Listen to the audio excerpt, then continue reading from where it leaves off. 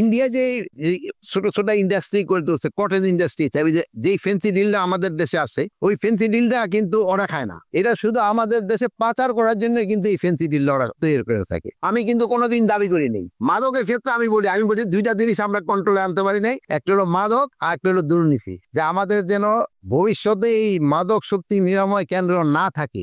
আমাদের এখানে ওই সে মাদকের যে ভাইরা আছেন, আমি আপনাদের অনুরোধ করব, আমাকে যেন মাদক শক্তি নিরাময় কেন্দ্রে যেতে না হয়, ওই ব্যবস্থা আমাদের করতে হবে। এই জন্য আমাদের সাংবাদিক ভাই বোনদেরও আমি অনুরোধ করব, আপনারা এটা প্রচার করতে হবে। যেহেতু আপনারা এটা প্রচার করতে হবে যে মাদক দেশের জন্য একটা বড় শত্রু। আমাদের দুইটা বড় শত্রু, একটা হলো আমাদের দুর্নীতি আর একটা হলো আমাদের এই মাদক। এই মাদক আমরা কিভাবে মাদক থেকে আমরা মুক্তি পেতে পারি, এই সম্বন্ধে আপনারা সবাই একটু সচেতন করতে হবে। এই বিভিন্ন অনুষ্ঠান করে আমরা সবাই সচেতন যেমন করতেছি, কিন্তু এই আপনাদের হাত কিন্তু এর থেকে অনেক অনেক বেশি শক্তিশালী। আপনারা যদি একটু সক্রিয় হন, একটু এদিকে খেয়াল রাখেন, তবে আমাদের এই মাদক কিন্তু নিয়ন্ত্রণ করা সম্ভব। এই মাদক শক্তি নিরাময় কেন্দ্র করে সমস্যা সমাধান করা যাবে না। মাদক যেন বাইরে থেকে ঢুকতে না পারে, এবং যারা ঢুকার সাহায্য করে তাদেরও সংবাদ যদি আমাদের দেন, আমাদের জন্য ভালো। এটা যদি আমাদের বাহিনীর লোকও যদি ইনভলভ থাকে, আপনারা অবশ্যই দিবেন, আমরা তাদের বিরুদ্ধে আইনানুগ ব্যবস্থা নিবে। এই মাদক আমাদের এই সব সমাজে, আমি সেদিন কারা পরিদর্শনে গেছিলাম, ওখানে দেখলাম এখন আমাদের ভাই বোন ছেলে মেয়ে সবাই ইনভলভ হয়ে গেছে। এখন ভাই বোন ছেলে মেয়ে সবাই, এবং সব স্তরে, মানে উচ্চ শ্রেণীও রয়ে গেছে, মধ্যম শ্রেণীও রয়ে গেছে, এবং গরিব শ্রেণী তাদেরও রয়ে গেছে, সব ধরনের থেকে রয়ে গেছে। আর একটা কিন্তু হলো কি, যদি আপনারা উৎসাহিত না আমরা করতে পারি, তো বড় সমস্যা হচ্ছে মাদক শক্তি নিরাময়, কিন্তু এটা কিন্তু কষ্ট অনেক বেশি। গরিবদের পক্ষে কিন্তু এটা চালানো, মানে একটা কেউ হয়ে গেলে খরচ বিয়ার করাটা, মধ্যম শ্রেণীর লোকে কিন্তু খরচ বিয়ার করাটা অনেক কষ্টকর। আমি আপনাদের কাছে হয়তো জিজ্ঞেস করবো না একটার জন্য কত টাকা খরচ হয়, ওটা জিজ্ঞেস করলে হয়তো আপনারা আবার লজ্জা পাবেন, আবার হয়তো আপনারা বলবেনও না, আবার ইনকাম সোর্সের ঝামেলা আছে, বহু কিছু। আমি এই জন্য আপনাকে কোনো কিছু এটা জিজ্ঞেস করবো না, কিন্তু আপনারা ওই নিরাময় কেন্দ্রে যাওয়ার আগেই যেন ব্যবস্থা নেওয়া যায়। আর আপনাকে নিরাময় কেন্দ্র সম্বন্ধে আমাদের হলো যে আমাদের এতদিন ছিল আমাদের চারটা। একটা ছিল শুধু ঢাকায় 179, 139 জন না কতজন জানি পারতো, 124, ওটার আমরা 250 শয্যা বিশিষ্ট করতেছি। আরো আমরা 7টা ডিভিশনে, আগেও আমরা আরো 3টা ডিভিশনে ছিল, বাট ওইগুলো আমাকে ভাড়া বাসায় ছিল। আরগুলি এখন আমরা আরো 7 করতেছি। এটা সব আমাদের নিজস্ব সবকিছু মিলে প্রায় 1400 কোটি টাকা হবে। তা আমি আশা করবো এই 1400 কোটি টাকা খরচ হওয়ার আগেই যেন এই মাদকের নিরাময় কেন্দ্রে যেন কারো না ঢুকতে হয়। তা আমি আপনাদের জন্য দোয়া করবো, যেন এই মাদক নিরাময় কেন্দ্র যদি না থাকে, তাহলে আপনাকে কোথাও যেন ভালোভাবে প্রোভাইড হয়ে যান। তাহলে আপনাকে এখানে যারা আছে তারাও ভাববেন যায় না, তা আমরা আমাদের তো কোনো কর্মসংস্থান বা আপনার একটা কর্মসংস্থানের ব্যবস্থা হয়, ওটারও ব্যবস্থা করা হবে। তবে এই জন্য আমাকে সবারই কিন্তু চেষ্টা করতে হবে। আপনারা সমাজে কিন্তু একটা খুব ভালো কাজ করে যাচ্ছেন, এই জন্য আপনাকে সবাই আমি ধন্যবাদ জানাই। আপনারা যদি এই, যেহেতু আমাকে সরকারি লেভেলে অতটা আগে আসতে পারা যায় নাই, বাট আপনারা যেভাবে আগে আসছেন, এই জন্য কিন্তু একটা সমাজে কিন্তু অনেক বড় ধরনের একটা প্রতিফলন হয়েছে। এরা যদি বাইরে থাকতো এবং একবার যদি ট্রিটমেন্টের পর আপনারা তাদের ভালো করে যে পাঠায় দিতেছেন, তা না হলে কিন্তু তারা একটা সমাজের লাইবিলিটি হয়ে থাকে। এখনো তারা একটা সমাজের জন্য লাইবিলিটি। তারপর আপনাদের সাথে ট্রিটমেন্ট পাওয়ার পরে তারা ফিরে যাচ্ছে, ভালো হচ্ছে। দুই একজন হয়তো আবার এডিক্টেড হয়ে আবার হয়তো আপনাদের কাছে ফিরে আসতেছে। বাট এই যে আপনাদের কাজের যে স্বীকৃতির জন্য আপনারা সবাই ধন্যবাদ। আমরা সবাই একটা হাততালি দিয়ে ওনাদের একটা ধন্যবাদ জানাই। আপনারা ভবিষ্যতে আপনারা এটা করে যাবেন, এবং এইটা এমন ভাবে করবেন যে আপনাদের পেশেন্টের সংখ্যা যেন দিন দিন কমতে থাকে। একজনের সময় যেন এই হসপিটালটা অন্য চিকিৎসার জন্য ব্যবস্থা হয়। এই মাদক যেভাবে হোক আমাদের সমাজ থেকে উচ্ছেদ করতে হবে। ইন্ডিয়া যে ছোট ছোট ইন্ডাস্ট্রি করে তুলছে, কটেজ ইন্ডাস্ট্রি, যেই ফেন্সি ডিলটা আমাদের দেশে আছে, ওই ফেন্সি ডিলটা কিন্তু ওরা খায় না। এটা শুধু আমাদের দেশে পাচার করার জন্য কিন্তু এই ফেন্সি ডিলটা ওরা তৈরি করে থাকে। এটা ওরা বললে, আমরা দেশ বলি, সে সময় ওরা অস্বীকার করে যে না। একসময় দেখছেন আমাদের দেশে কিন্তু ফেন্সি ডিলটা বাচ্চাদের এই পেটে ব্যথা ট্যাথা হলে কিন্তু কাশি খাওয়া, কিন্তু পরে দেখা গেল যে না, যে একটা এই সাপের মতো এরকম একটা থাকতো ছবি।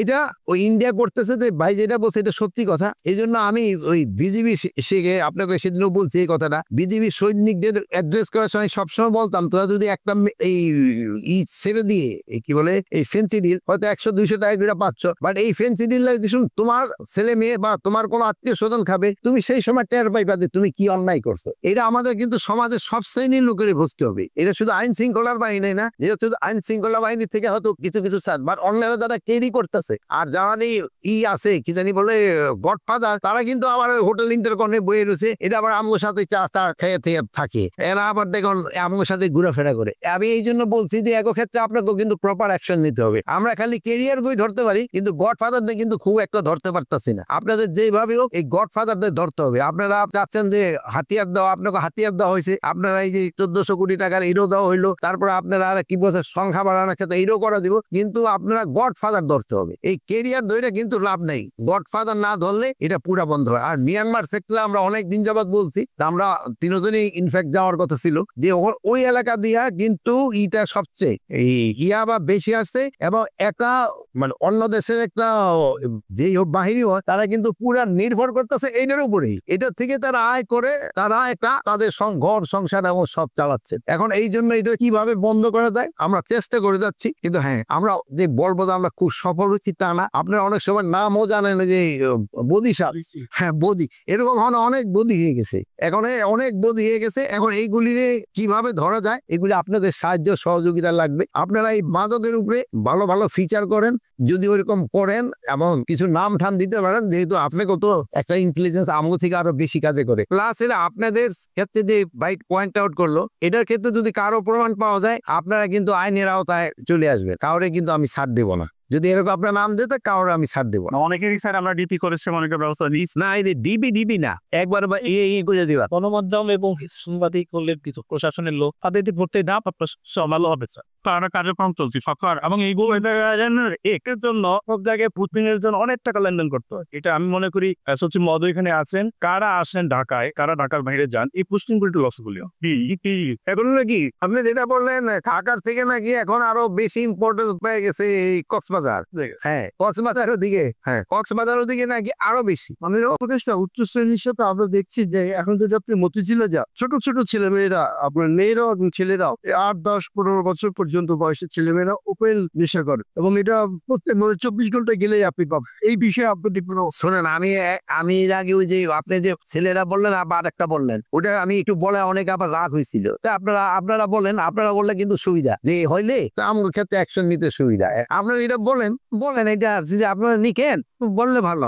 এই দিবস বলেন যে এই শ্রেণী পোড়াপানা করতেছে, এটা খাচ্ছে, আপনারা যদি বলেন আমাদের করতে কিনা বিষয় শোনেন, আমাদেরও রেকর্ড থাকে, আর আপনারা যদি পাঠান ওইটাও রেকর্ড থাকে। আপনারা যেটা পাঠান আমাদের 2 পিয়ারও থাকে, এরা কিন্তু সবাই চাইটা দেয় সকালে, যে আপনাকে রিপোর্ট গুলি কিন্তু আমরা সবসময় দেখি, এইগুলি কিন্তু খুবই কাজে দেয়। আপনাকে যে আমাদের কোন শান্তিটা শেষ পেরি নাকি। একটা বিষয় হলো যে আপনারা তো সবসময় দাবি করেন বা ওরাও দাবি করেন যে মাদকের বিস্তার আস্তে আস্তে কমে আসছে, এবং যদি কমে থাকে তাহলে সেটার যদি পরিসংখ্যানটা একটু বলেন আমাদের। যে না আমি কোনোদিন না আমি কিন্তু কোনোদিন দাবি করিনি মাদকের ক্ষেত্রে। আমি বলি 2টা জিনিস আমরা কন্ট্রোলে আনতে পারি নাই, একটা হলো মাদক আর একটা হলো দুর্নীতি। আমি কিন্তু এই 2টার ক্ষেত্রে কোনোদিনই বলি না আইন শৃঙ্খলার পরিস্থিতি ভালো, কিন্তু মাদক আমরা কমে আনতে পারছি এটা আমি কোনোদিন বলিনি।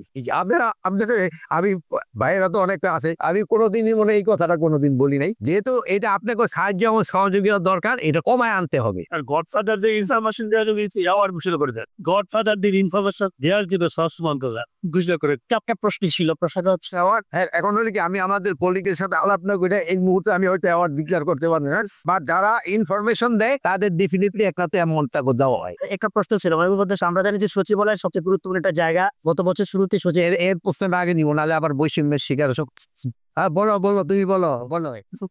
আপনি একজন নাম বলেছেন যে মাদক ব্যবসার সাথে যারা সে সময় রাজনৈতিক সরকার ছিল, রাজনৈতিক সরকারের সময় এই বিষয়গুলো তারা যতটা সামনে আসতে পারতো বা তারা সুযোগ পেত। এখন আপনার সরকার তো রাজনৈতিক সরকার, মাদকের সাথে যারা স্থানীয় জড়িত তাদেরকে আপনারা এই যে গত 10 মাসে দৃশ্যমান কিছু কাজও করছে, বারবার বলছেন মাদক, আপনি কি এদের থেকে আরো আইনি আওতায় পারছেন? নাম্বার 1, নাম্বার 2 হলো বর্ডারে আইন শৃঙ্খলা বাহিনী এর সাথে জড়িত এবং অভিযোগ আছে যে আসে পার্শ্ববর্তী দেশ থেকে মাদক। সেটা আইন শৃঙ্খলা বাহিনীর ক্ষেত্রে জড়িত বলতে পারবে একজন একেবারে উচ্চ পদ এক অফিসারকে আমরা অলরেডি কিন্তু ক্লোজ করছি। মোস্ট প্রবাবলি কিছুদিনের মধ্যে সে কাশিমপুর অথবা ঢুকে যাবে, এক জায়গায় ঢুকবে, তার জায়গা ওখানে হবে। এইটা আমি বলবো না, যেহেতু যতক্ষণ পর্যন্ত না ঢুকে আপনার কাছে বুঝে দিলে সে আরো বাইকে দেবে। আমরা এখানে কোনো রাজনীতি না, এই জন্য আপনাদের কাছে আমার একটা অনুরোধ, আপনারও কিন্তু নামটা দিতে পারেন। আপনারা যদি ইনফরমালিও যদি নাম দিতে পারেন দিদি মহোদয়ের কাছে বা সচিব মহোদয়ের কাছে বা খোদাবজ ভাইয়ের কাছে বা আমার কাছে, দায়বদ্ধতা মানে আমরা জনগণের কাছে দায়বদ্ধ। আগে শুনলে দায়বদ্ধ ছিল রাজনীতি, না আমরাও জনগণের কাছে দায়বদ্ধ।